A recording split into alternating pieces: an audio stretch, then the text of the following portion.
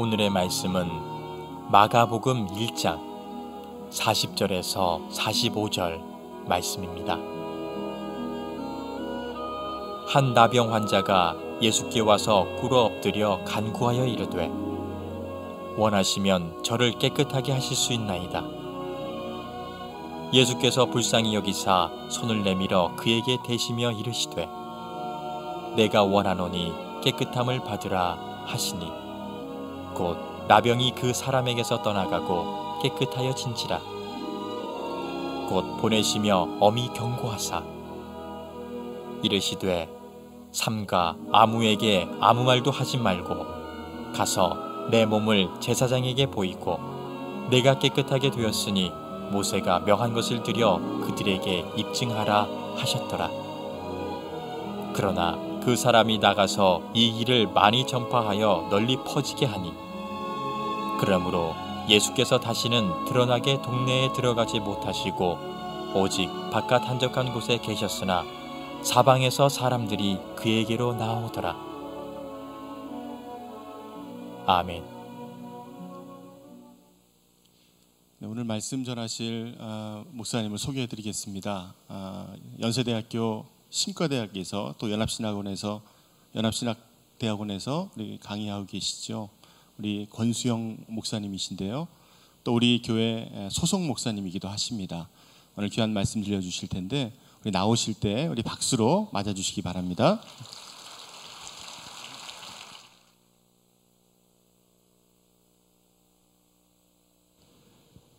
여러분 반갑습니다. 제가 오래간만에 안산 성전에 와서 예배드린 것 같습니다. 저는 지금 광교 레인보우힐에서 예배드리고 있는데요. 몇 주 전에 우리 목사님 안 계셔서 강사 목사님이 오셔서 설교를 하셨습니다. 근데 학교에서 가르치는 교수님이셨는데요. 그 교수님이 설교 시작할 때 이런 말씀 하시더라고요. 자기가 전생에 전생 얘기를 하시더라고요. 전생에 나라를 구한 것 같다고 그러시더라고요. 그 이유가 그러지 않고는 내가 이렇게 이 생에서 김학중 목사님 같은 훌륭한 목사를 만나고 이렇게 교제하고 예배 이렇게 초대받을 수 있었겠느냐, 그런 얘기를 하시더라고요. 제가 그 얘기를 들으면서 굉장히 공감했어요. 저도 여러 번 나라를 구했겠다, 그런 생각을 했습니다. 저는 소속 목사잖아요. 그래서 예배도 늘 같이 드리고 이렇게 또 여러분과 함께 말씀을 나눌 수 있는 기회를 얻은 거, 이거 정말 여러 번 나를 구하지 않았나. 근데 가만히 생각해 보니까 저는 받은 축복이 정말 많은 것 같아요. 아마 삼국 통일을 제가 하지 않았나 싶어요. 제가 이렇게 부족한데 목사 된 것도 참 하나님 은총이고 은혜인데, 제가 신학대학원에서 가르치는 전공이 상담학이라는 전공입니다. 우리 신학대학원 내에 여러 전공이 있습니다. 뭐 구약도 있고 신약도 있고 교회사도 있고 조직신학도 있고 여러 가지 전공이 한 9개 정도가 저희 학교에 있는데, 상담학 전공이라는 전공이 제가 학교 다닐 때는 없었습니다. 상담학이라는 걸 공부해 본 적이 없습니다. 어떻게 하다 보니까 제가 상담학 전공을 한 신학자가 됐고 가르치는 교수가 되는데, 지금 어느 전공보다도 많은 사람들이 상담을 공부하려고 해요. 다른 전공 다 합한 숫자보다 상담학 전공자 숫자가 더 많습니다. 소위 잘 나가는 전공이 된 거죠. 뿐만 아니라 세상도 요즘에 치유, 힐링, 이게 대세지 않습니까?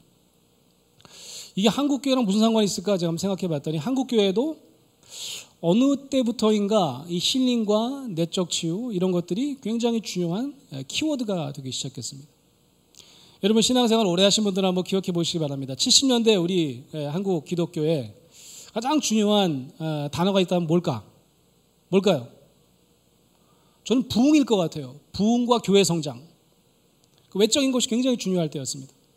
지금도 부흥이 합니다만 그때는 참 부흥에 많이 했어요. 그러다가 80년대가 들어서 가지고는 선교를 참 열심히 했습니다. 해외 선교 참 열심히 했습니다. 아무리 자그마한 교회라도 해외 선교를 굉장히 힘써가지고, 여러분 아시다시피 대한민국이 선교 강국이 됐죠. 그래서 어떻게 할 수 있냐면, 신학대학원에 80년대 그때 당시에 대학원이 생겼습니다. 선교대학원이라는 게 생겼어요. 선교에 대한 강조점을 알 수 있는 거죠. 그래서 이 외적인 것을 굉장히, 외적인 성장을 굉장히 많이 추구하다가 한국교회가 언제부터인가 내적인 부분에 관심을 갖기 시작했습니다. 내적 치유, 상담, 회복, 가정사역 이런 말을 시작하게 된 게 90년대입니다. 90년대 중후반부터 2000년까지는 그야말로 치유와 회복, 상담 이런 단어가 키워드가 되고 있지 않나 싶어요. 여러분 이렇게 막 그냥 상담과 치유가 잘 나가니까 저 같은 사람 얼마나 바빠지겠어요. 그래갖고 신나게 가르치기도 하고 대외적인 활동도 하고 있었던 때에 몇 해 안 됐을 겁니다. 2007년인 것 같은데요. 책 한 권이 등장했습니다. 그 책은 어떤 책이냐면 내적 치유 운동에 대해서 아주 강렬하게 비판하는 그런 책이었습니다. 책 제목도 굉장히 특별해요. 책 제목이 심리학에 물든 부족한 기독교. 심리학에 물든 부족한 기독교. 어느 때부터인가 이 한국교회가 심리학에 물들었다는 거예요. 나쁜 쪽으로 사용하시는 거죠. 자기 긍정의 심리학, 그다음에 행복 심리학 이런 것들이 우리로 하여금 자기 만족을 위해서 교회 나오게 하고 내가 행복하고 축복받으려고 교회 나오려고 하기 때문에 진정 우리를 그리스도에게로 이끄는 것이 아니라 값싼 복음, 교회를 채우기에 급급한 복음으로 변질시키고 만다는 거죠. 그래서 결국 이 치유라는 것이 심리학이라는 것이 결국 기독교를 복음만으로 충분하지 못하게 만든다는 거예요. 그래서 부족한 기독교 이런 제목을 지은 거죠.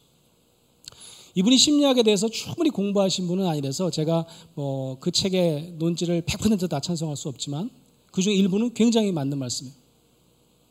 사실은 이 치유 운동, 이 힐링 문화가 이미 20, 30년 전에 시작했던 이 미국 땅에서 이미 여러 해 전에 수십 년 전에 이 치유라는 것이 힐링이라는 것이 얼마만큼 기독교 복음의 위험 요소인가에 대해서 지적한 적이 있습니다. 이미 1960년대 중반에요.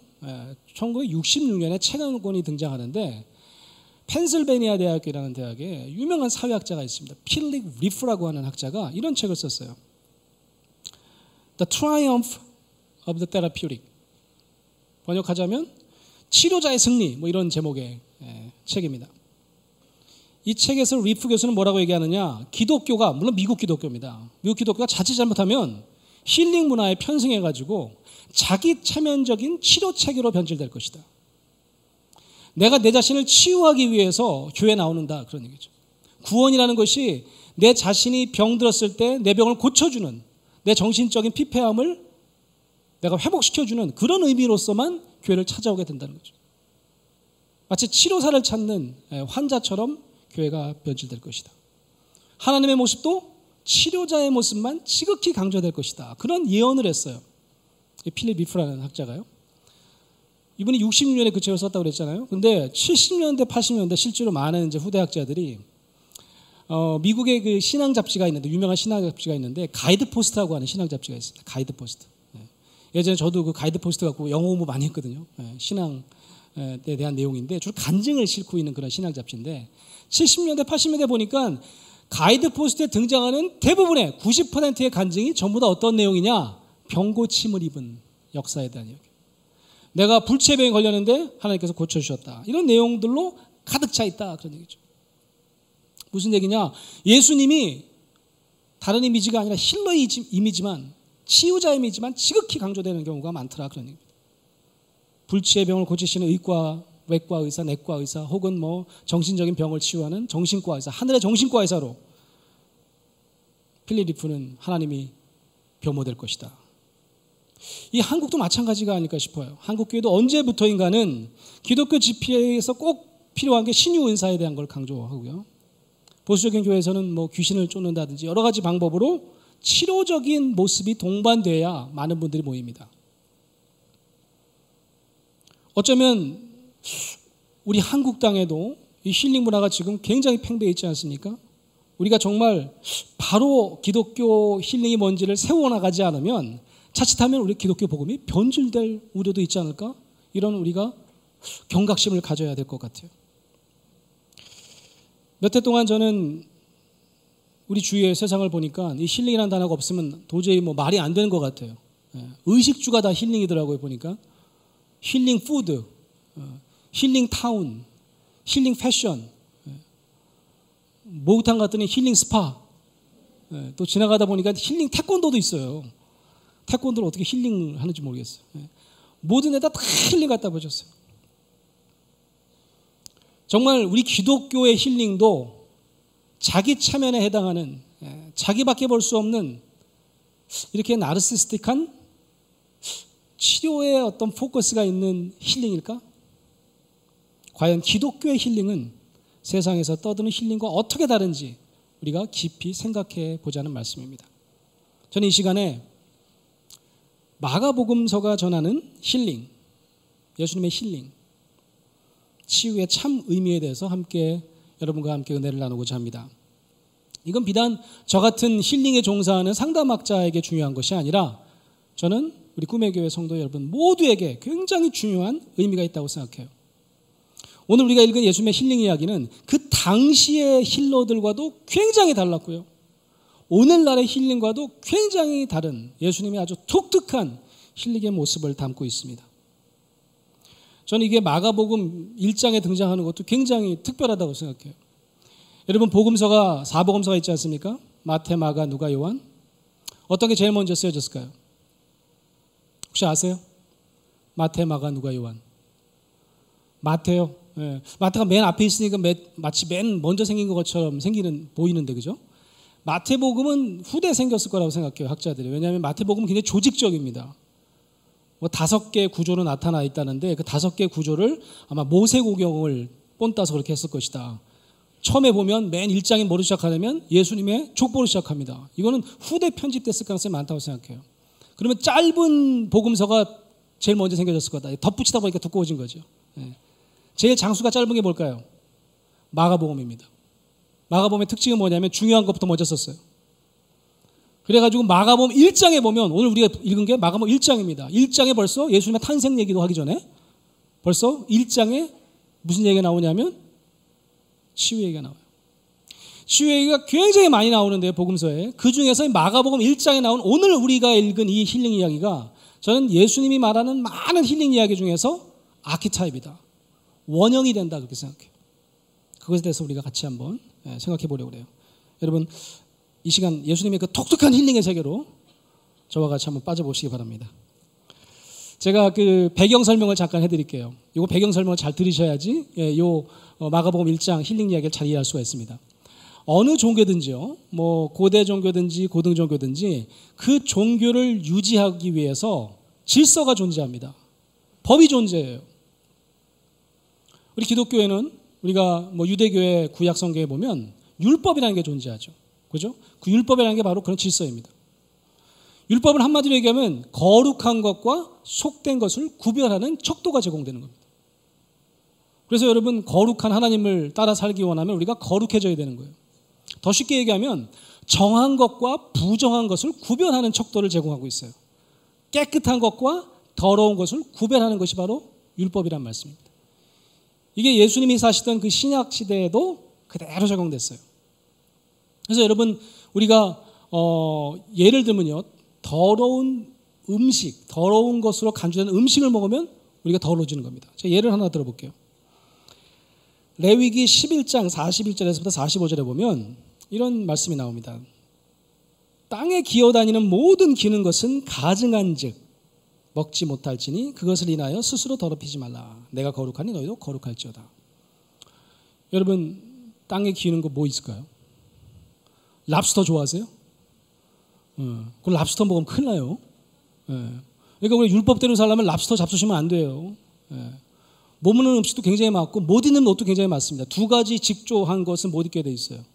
그러니까 면만 입고 다니셔야지 폴리에스테르 섞인 거 입고 다니시면 안 돼요. 율법대로 살기 굉장히 어렵습니다. 그거 어겼어요. 어떻게 할까요? 어기면 어떻게 할까요? 어기면 누굴 찾아갈까요?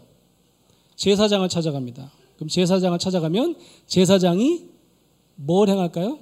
정결례를 행해요. 정결하게 될지다. 그래서 이제 정결케 되면 우리가 다시 거룩한 상태로 돌아오는 거예요. 그래서 구약의 법을 한마디로 얘기하면 정결법이다라고 얘기할 수 있어요. 무슨 법이라고요?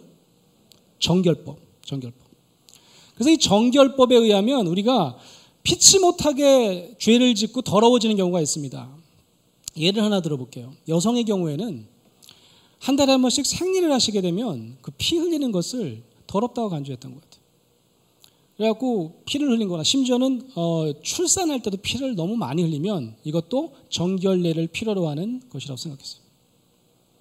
시체를 만졌어요? 더러운 시체를 만졌어요? 그럼 나도 더러워지는 거예요. 그럼 어떻게 해야 된다고요? 정결례를 행해야 돼요. 가서 제사장한테 가면 제사장이 정결케 될지나 그러면 저희가 정결케 다시 되는 거죠. 그런데 문제는 뭐냐면 당시 정결법에 의해서도 좀처럼 정결되기가 어려운 그런 상태가 존재했다 그런 말입니다. 거의 반영구적으로 한 번 부정적이고 더러운 조건을 가지게 되면 그 다음에는 회복이 불가능한 상태가 있었어요. 그게 뭐냐? 바로 오늘 우리가 읽은 나병 환자의 경우입니다. 예전에 문둥병이라고 했죠. 네. 요즘에 나병, 이제 개혁 개정 성경에 나병으로 바꿨고요. 의학적으로 하면 한센병입니다. 한센병. 이 병이 가장 전형적인 반영구적인 정결례가 통하지 않는 그런 부정적인 조건이라고 생각하시면 돼요. 우리가 함께 보겠습니다. 레위기 13장 45절에서부터 46절까지가 나병 환자의 예가 나와 있습니다. 나병 환자는 밖에 나올 때 얘기하는 거예요. 외출할 때 옷을 찢고 머리를 풀며 윗입술을 가리우고 외치기를 부정하다 부정하다 할 것이요 병 있는 동안은 늘 부정할지라 늘 부정할 것이라 그가 부정한 즉 혼자 살되 진영 밖에서 살지니라 이렇게 되어 있어요. 자, 이거 잘 보시면 밖에 나올 때도 어떻게 외출해내야 되냐면 미친 사람처럼 해야 돼요. 머리를 풀고 막 그냥 그 옷도 찢고요. 그러면서 윗입술을 가리우라 했습니다. 아마 침 튈까 봐 그랬나 봐요. 그리고 어떻게 해요? 더럽다 더럽다. 누가요? 내가요. 내가 더럽다 더럽다 그래서 사람들이 알아보게 해야 돼요. 저기 나병 환자가 있구나. 피해야 되겠다. 웬만하면 밖에 나오지 말라는 얘기인데 나올 때 이렇게 나와야 되고요. 여기 보시면 병이 있는 동안은 늘 부정할 것이다 이렇게 얘기했습니다. 정결례가 통하지 않는다는 얘기입니다. 그리고 진영밖이라는 게 뭘까요? 진영이라는 게 영어로 하면 캠프입니다. 주택가입니다. 주택가 밖에 살라 그런 얘기죠. 격리되어서 살아 그런. 어느 문화권이든지 많은 경우에 우리나라도 마찬가지죠. 한센병 환자들이 격리돼서 수용되는 경우가 많았었죠. 왜일까요? 첫 번째는 병리적인 간염 때문이 아니겠느냐. 이스라엘은 두 번째 이유가 있습니다. 종교적인 이유 때문에 그가 부정하고 정결치 못하기 때문에 우리와 하나 돼서 살 수 없는 거예요. 거의 하나님으로부터도 버림받게 되어 있는 조건을 가지고 있었던 것이 바로 나병 환자들입니다. 나병 환자들이 왜 문둥병이라고 그랬을까요? 뭐 살이 문들어 떨어진다는 거 아닙니까? 고름이 철철 떨어진다는 거 아닙니까? 육체적인 고통이 굉장히 심했겠죠. 아마 그때 당시 예수님이 만났던 나병 환자는 아마 그것만 고통스럽지 않았을 거라는 거죠. 그가 육체적인 고통이 아니라 그 뒤에 사회문화적인 고통, 사회적으로 격리되고 부정한 사람으로 취급받고 없는 사람 취급받고 남 앞에 나설 때도 더럽다 더럽다 미친 사람 취급받아야 되는 본인의 어떤 사회문화적인 조건. 결국 이건 뭡니까? 하나님께로부터 멀리 떨어져 있는 종교적인 정죄에 해당되는 상태입니다. 오늘 본문은 바로 이런 어떤 이중고, 삼중고를 겪고 있는 나병 환자의 사회문화적 상황을 우리가 충분히 고려하지 않으면 이해할 수 없는 본문입니다. 만약 우리가 이 나병 환자가 단순히 육체적 치료만을 원하지 않았구나 하는 것을 알게 되면 예수님의 힐링이 얼마나 특별했는지 우리가 알 수 있게 됩니다.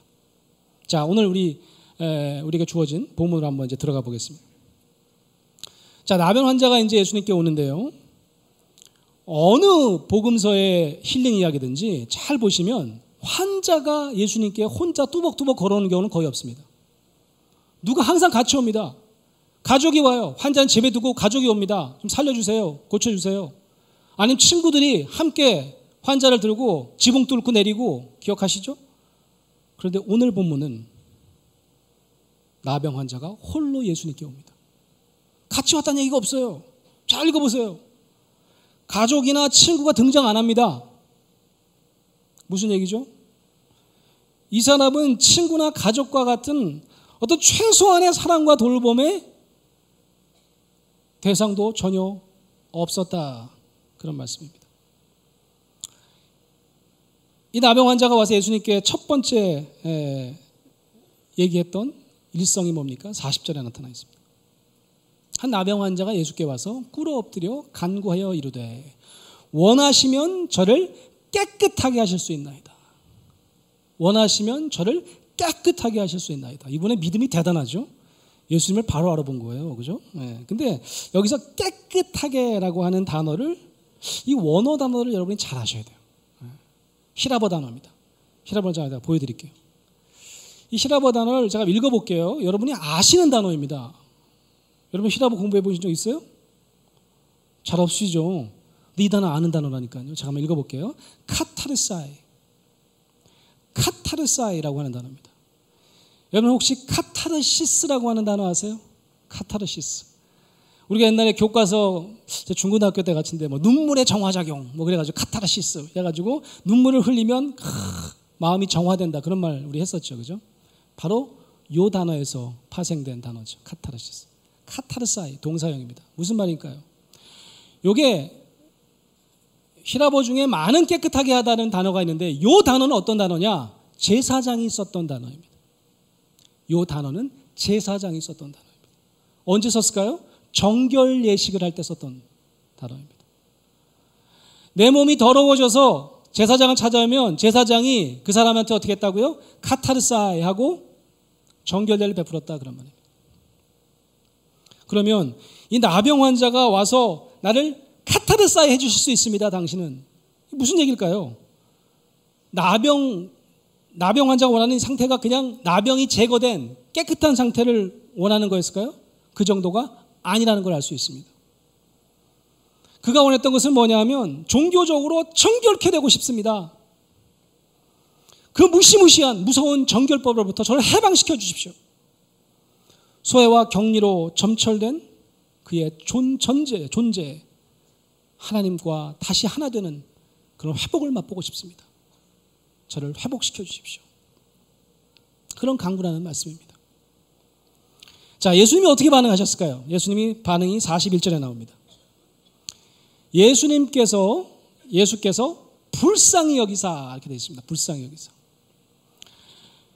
예수님의 첫 번째 반응은요. 그동안 우리나라에서 번역이 여러 차례 이제 진행되면서 한글 번역을 몇 번 바꿨던 번역이에요. 왜 그랬나 원어를 찾아봤더니 원어가 너무 직역하기가 어려워서 의역을 한 겁니다. 전부 다 성서 번역학자들이. 그래서 예전의 성경은요. 개역 성경에는 예수께서 민망히 여기사 이렇게 돼 있어요. 제가 볼 땐 정말 민망한 번역이에요. 예수님께서 뭐 창피하게 여기셨다는 거예요? 뭐예요? 도대체 이건 진짜 이상한 것 같아요. 그래서 너무 이상하니까 예수님께서 불쌍히 여기사로 최근에 바꿨어요. 개역개정에서. 번역이 왜 어려웠을까요? 제가 원어를 보여드릴게요. 원어는 뭐냐면 스프랑크니세이스라고 하는 스프랑크니세이스라고 하는 단어예요. 발음하기 좀 어려운데요. 무슨 뜻이냐면요. 이게요. 내장기관이 요동쳤다 그런 말이에요. 내장기관이 요동쳤대요. 그나마 영어 성경이 이걸 비슷하게 번역했습니다. He moved, 움직였대요. With pt는 의역입니다. 동정심으로 움직였다 그랬는데 동정심이란 말은 여기 없어요. 예수님께서 내장기관이 요동쳤다 그 얘기만 나와 있습니다. 근데 이걸 어떻게 번역해야 될지 모르니까 이게 내장기관도 우리 이스라엘 사람들도 우리랑 비슷한 것 같아요. 내장기관이 우리 감정기관, 우리의 감정 에너지가 소비되는 장소라고 생각했으니까 감정 에너지 불쌍한 연민의 마음이 생겼겠다. 이렇게 우리가 해석할 수 있겠죠. 저는 하나 더 있다고 생각했어요. 예수님께서 분명히 연민의 마음, 불쌍히 여기는 마음이 있었겠지만 또 하나의 마음이 있으실 것 같다. 이게 뭘까요? 저는 거룩한 분노가 있었을 것 같아요. 뭡니까 이거? 정결법 나빠요. 이 사람이 무슨 죄가 있어요? 안 그래도 육체적으로도 힘들어 죽겠는데 말이에요. 사회 문화적으로 죽이고 종교적으로 영적으로 죽이는 거 이거 아니라고 생각하신 거죠. 그러니까 내장기관이 꿈틀거리면서 분노감이 생기지 않으셨을까? 저는 그렇게 상상해요. 물론 제 상상이죠. 신학적인 상상이죠.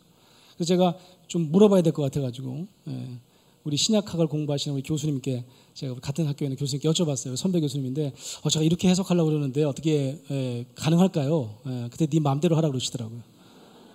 그 네가 신학적으로 상상하는 건데 뭐가 문제냐. 어떤 내장기관이 움직였다고 뭐 그런 표현만 돼 있으니까.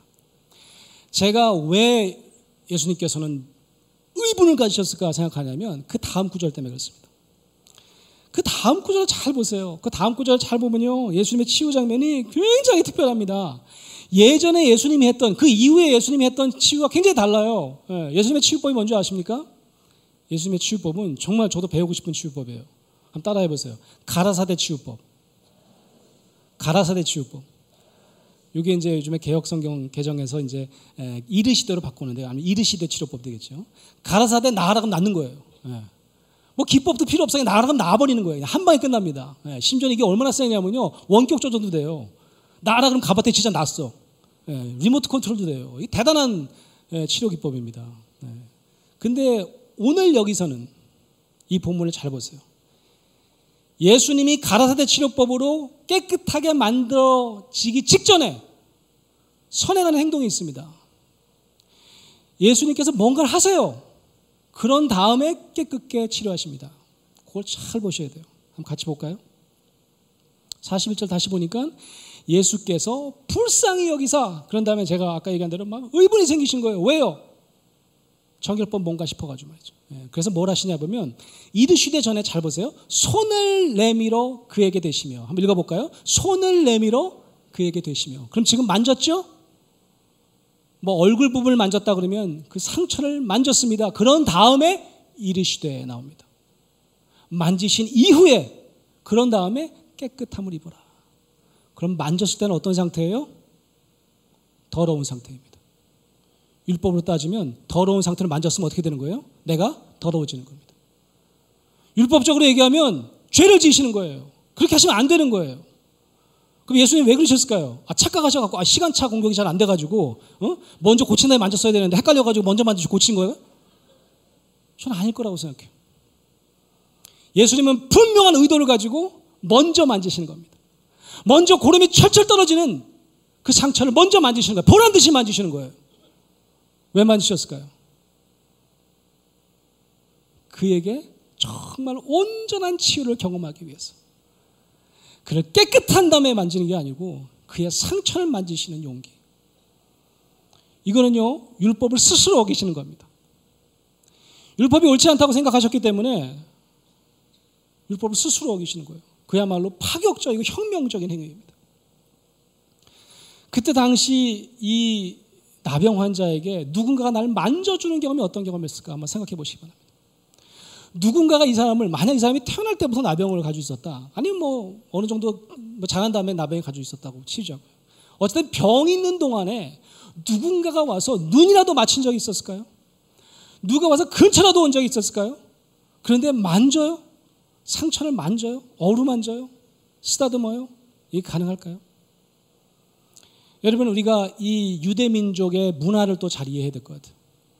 제가 이스라엘에서 공부하고 오신 우리 교수님들이라든지, 또 제가 예전에 그 유학 시절에 유대인을 만나봤더니 유대인들이요, 굉장히 허그를 잘해요. 굉장히 그런, 우리도 따지면 스킨십이 많은 민족이에요. 그래서 입맞춤도 굉장히 많이 합니다. 인사를 입맞춤으로 해요. 제가 친한 그 유대인이 있었는데, 여자분이었는데 저한테 키스를 해요. 인사할 때마다.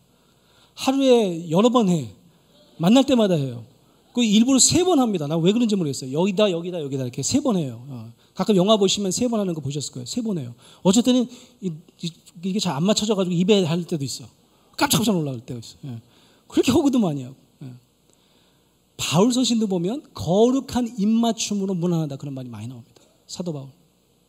그만큼 접촉이 많은 민족이에요.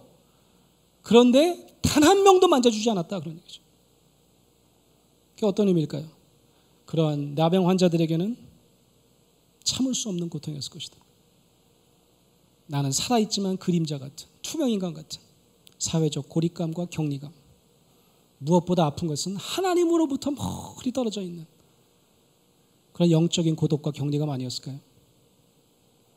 이 나병 환자에게 손을 내밀고 말씀하시면서 결국은 나음을 주시는 회복하는 구절을 잘 한번 면밀히 다시 한번 살펴보시기 바랍니다. 42절에 보면요. 곧 나병이 그 사람에게서 떠나가고 깨끗하여진지라 이렇게 돼 있어요. 깨끗하여진지라 뭐라고요? 히라보로 뭐라고요? 카타르사이. 자, 그럼 이게 뭘까요? 두 가지 차원의 힐링이 등장합니다. 첫 번째 뭐예요? 육체적 질병이 제거된 거예요. 나병이 그에게 떠나갔다. 이건 1차적인 겁니다. 두 번째가 훨씬 더 중요하다 그런 말씀입니다. 의식적 정결로서의 회복. 사실 나병 환자가 처음 찾아와서 요청한 정결도 바로 이 두 번째 정결이에요. 나를 카타르사이 해 주십시오. 하나님과 회복시켜 주십시오. 영적으로 회복시켜 주십시오. 그런 정결이었던 거죠. 바로 그 두 번째 정결이 완성되는 모습을 우리 본문은 보여주고 있습니다. 자, 이제 치유가 완성됐습니다. 저도 이제 치유와 관련된 일을 하는 사람이니까 저는 예수님 이렇게 치유하실 때 보면 너무 쿨하세요. 너무 멋있어요. 난 그렇게 못할 것 같아요. 제가 치료를 잘 해가지고 상담을 잘 해가지고 종교를 시키면 그 다음에 꼭 얘기하는 게 있어요. 다음에 잘못되면 또 다시 나한테 와라. 딴 사람한테 가지 말고. 누구 때문에 고쳐진 거예요? 나 때문에 고쳐진 거다. 그렇게 강조하는 거죠. 예수님은 안 그러십니다. 예수님은 항상 보면 네가 더 중요하다고 그래요. 네 믿음이 너 구원했다고 그러시고 43절에도 보면 제일 먼저 시키는 게 뭐냐면 빨리 가라 그래요. 곧 보내시며 엄히 경고하사. 빨리 보내는데 어디를 보내냐? 공동체로 돌려보냅니다. 그가 자랐던 마을, 부모, 공동체로 돌아가요. 그리고 너 나한테 이렇게 고침받았다는 거 아무것도 얘기하지 마라. 아무것도 얘기하지 마. 아무 얘기도 하지 말라고 그래요. 그 다음에 제사장 찾아가라 그래요. 제사장. 제사장한테 찾아가서 네 나은 몸을 보이고 온전히 회복되라.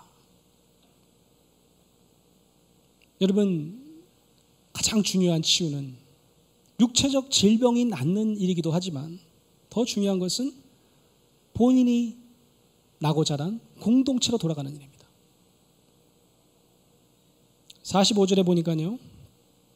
예수님께서 아무것도 말하지 말라. 피곤하실까 버리셨던 것 같아요. 자꾸 찾아오면 피곤하니까. 근데 그렇게 합니까 안 합니까? 못 참아요. 예수님이 내 인생을 완전히 바꿔놓으셨는데 내 영적인 회복을 해주신 분인데 동네방네 얘기하기 시작했습니다. 예수께서 드러나게 동네로 들어가지 못하시고 오직 바깥 한적한 곳에 계셨으니. 맨 마지막 구절 읽으면 저는 어떨 때는 막 눈물도 나고요. 막 가슴이 벅차오르고 한편으로는 참 우리 한국교회 현실이 안타까울 때가 있어요. 사방에서 사람들이 그에게로 나오더라. 사방에서 사람들이 그에게로 나오더라. 예수님이 원치 않으셨어도 예수님의 그 특별한 구속, 특별한 힐링을 경험한 사람들이 사방에서 그에게로 몰려들더라. 예수님께서 세상의 중심이 되시는 순간입니다. 여러분, 그때 당시에도요, 병 고쳐주는 사람이 많았습니다.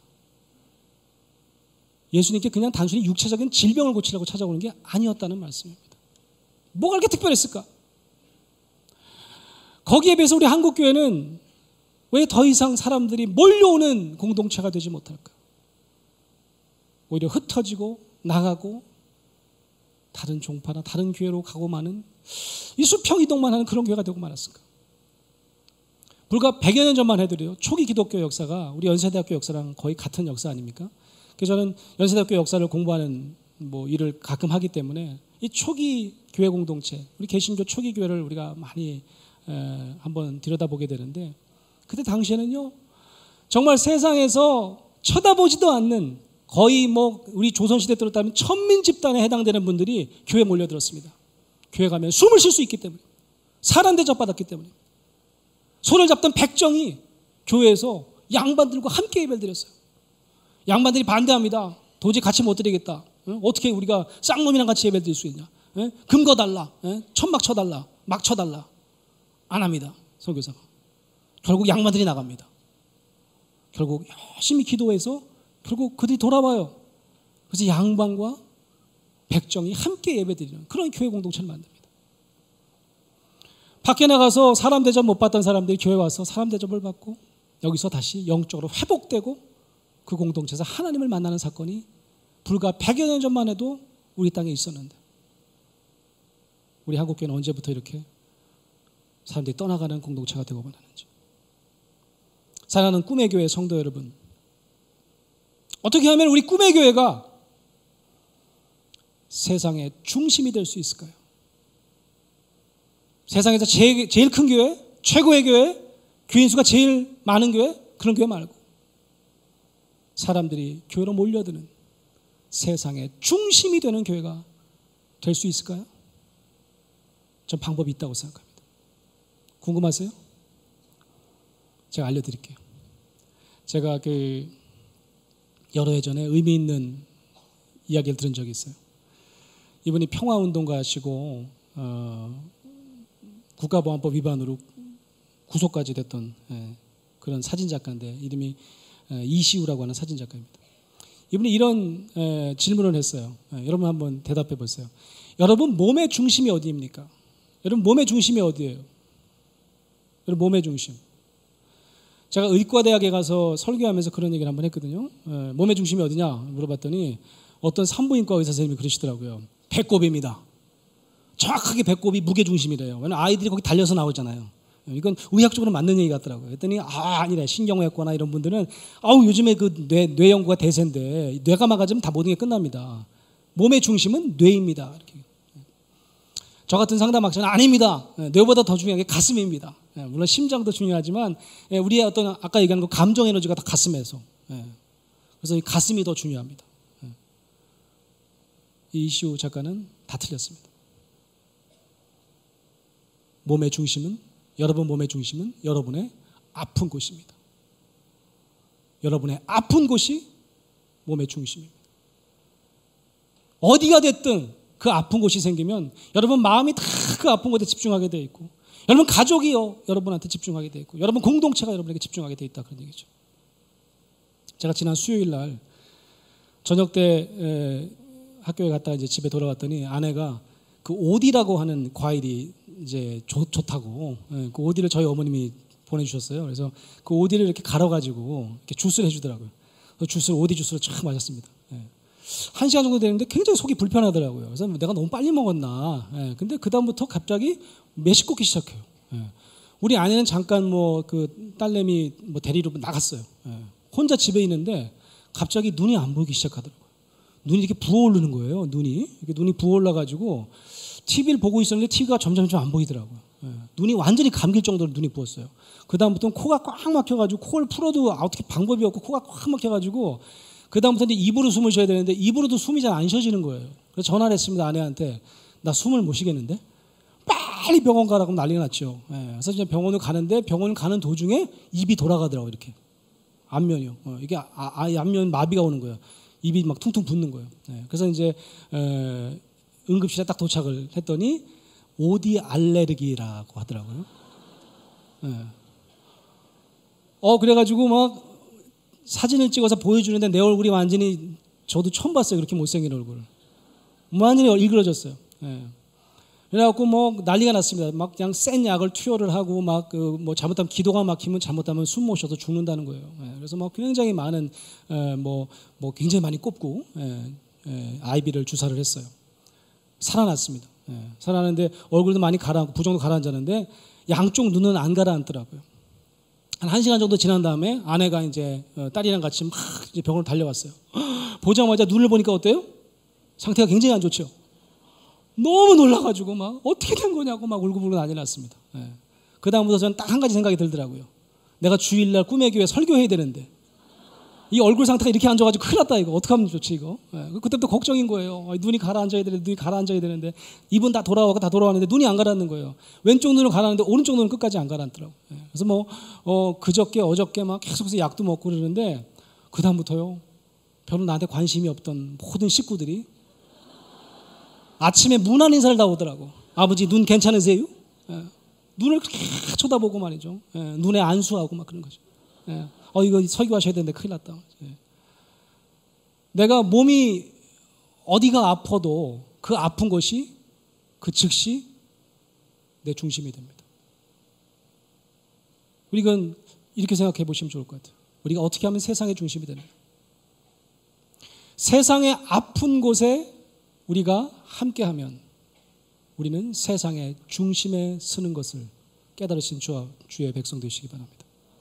저는 이게 바로 예수님께서 하신 일이라고 생각해요. 예수님께서 그 치유사경이 뭐냐? 남들은 알아보지 못하는, 남들은 그저 그냥 육체 질병만 받겠지만 그가 경험했던 사회문화적인 고통, 영적인 고통, 그 아픔에 손을 얹고 함께했기 때문에 세상은 그를 중심으로 다시 재편성되었습니다. 진정한 치유는 상처를 만지시는 하나님을 만나는 일입니다.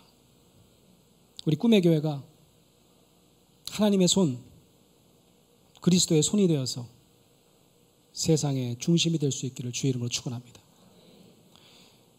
이 시간 저는 우리 꿈의 교회가 먼저 안산의 중심이 되기를 간절히 축원합니다.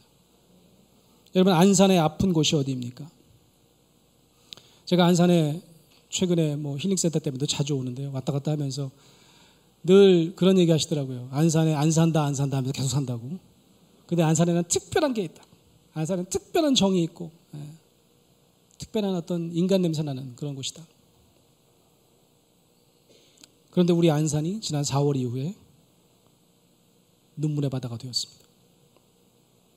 어떻게 한 마을에 수백 명의 아이들이 그것도 같은 날 이렇게 바다에 수장될 수가 있을까요?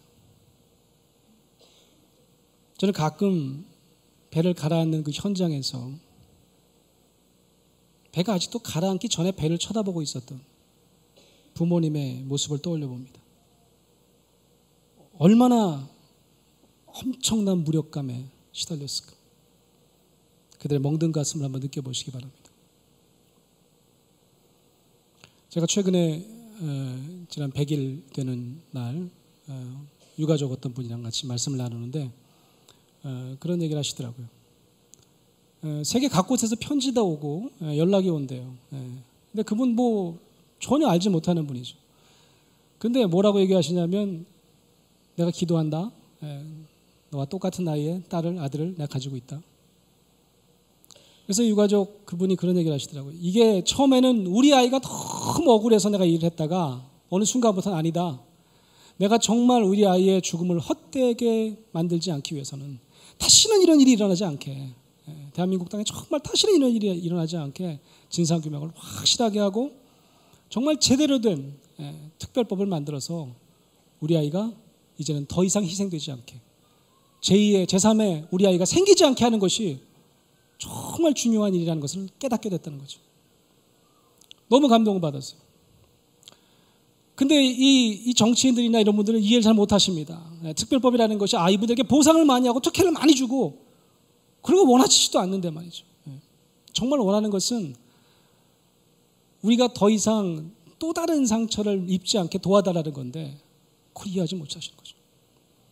심지어는 나라를 구한 것도 아닌데 말이에요. 전쟁이 일어난 것도 아닌데 수학여행 갔다가 이렇게 희생된 아이들 언제까지 이렇게 해야 될 거냐. 이런 얘기를 듣는 부모님의 그 가슴을 한번 생각해 보시기 바랍니다. 제가 여쭤봤어요. 그럼 제가 뭘 하면 좋을까요? 제가 물론 치유와 관련된 일도 제가 할 수 있겠지만 내가 다른 분들에게 뭘 요청하면 좋을까요? 우리가 이렇게 마음을 모으는데 우리에게 손을 좀 얹어달라. 우리가 하는 이 일에 힘을 좀 넣어달라. 맞아 잘하는 일이야. 자식 죽었는데 우리가 그렇게까지 이제 적당히 하라 그러는 말 더 이상 하지 말고 우리가 하는 일이 정말 필요한 일이라고 우리에게 힘을 좀 넣어달라. 여러분, 우리가 여러 단체에서 시작을 해서 우리가 1000만 명 서명운동을 합니다. 우리 꿈의 교수도 얼마 전에 한 걸로 제가 알고 있어요. 저는 정말 눈물로 기도했어요. 우리 이럴 때 우리 한국 교회가 우리가 1000만 명이라고 자랑하는데 우리가 분연히 일어나가지고 이 1000만 명 서명 정도 해줘야 되지 않냐 말이죠. 우리가 이런 거 꼭 해야 되냐 말아야 되냐 이런 거 얘기할 때가 아닌데 말이죠. 적어도 우리 꿈의 교회만큼은 안산의 아픈 곳에 손을 얹고 함께 아파하는 복된 교회 되기를 주의 이름으로 축원합니다. 뭐가 돼도 괜찮아요. 서명이 아니라 딴 방법이라도. 서명 혹시 안 하신 분 계시면요 인터넷에 들어가면 쉽게 하실 수 있어요. 교회에서 다시 안 하셔도 돼요. 인터넷에 세월호 1000만인 서명하면 바로 떠요. 오죽하면 이들이 세상에 나가서 머리를 묶고 그들의 아픔을 알아달라고 하는지 우리가 그리스도의 심장을 가지고 헤아릴 수 있는 그런 교회 되기를 주의 이름으로 축원합니다. 그들에게 손잡아주는 일이 이제는 점점 잊혀져 가고 멀어져 가고 있는 그들의 상처에 손을 얹는 일이고 그게 진정한 힐링이기 때문입니다. 사랑하는 성도 여러분, 오늘 본문 말씀처럼 예수님께서 가장 소외된 자, 아무도 인간 취급하지 않았던 가장 그림자처럼 살 수밖에 없었던 그 인생에 가장 아픈 곳에 손을 얹어서 결국 그가 세상의 중심에 서셨던 기적이 오늘날 우리 안산의 꿈의 교회도 계속하게 일어날 수 있는 그런 기적이 될 수 있기를 주의 이름으로 축원드립니다. 아멘.